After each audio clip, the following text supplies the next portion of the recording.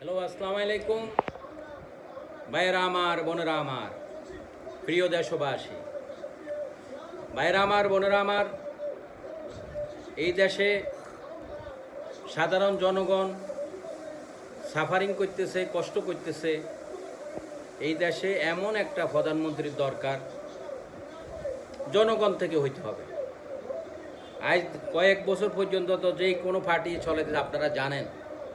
আমি কোনো পার্টির বদনামি করি, কোনো পার্টির খিত্তাবি করি, আমি পার্টি গঠন করতে চাই না। আমরা বাঙালি, সবাই আমরা বাংলাদেশি। আমার সোনার বাংলা, আমি তোমাকে ভালোবাসি। আমি এতটুকু জানি, এর বাইরে আমি আর জানতে চাই না। সবাই বাঙালি। আমি বলবো না ওই পার্টি খারাপ করছে, ওই পার্টি ভালো করছে। আমার কথা ওই যে সে রিক্সাওয়ালা হোক, তাকে নমিনেশন দিতে হবে। সে খেতে খামারে কৃষি কাজ করে, তাকে নমিনেশন দিতে হবে। সে সাধারণ ব্যক্তি হোক, সে একটা সিএনসি ড্রাইভার হোক,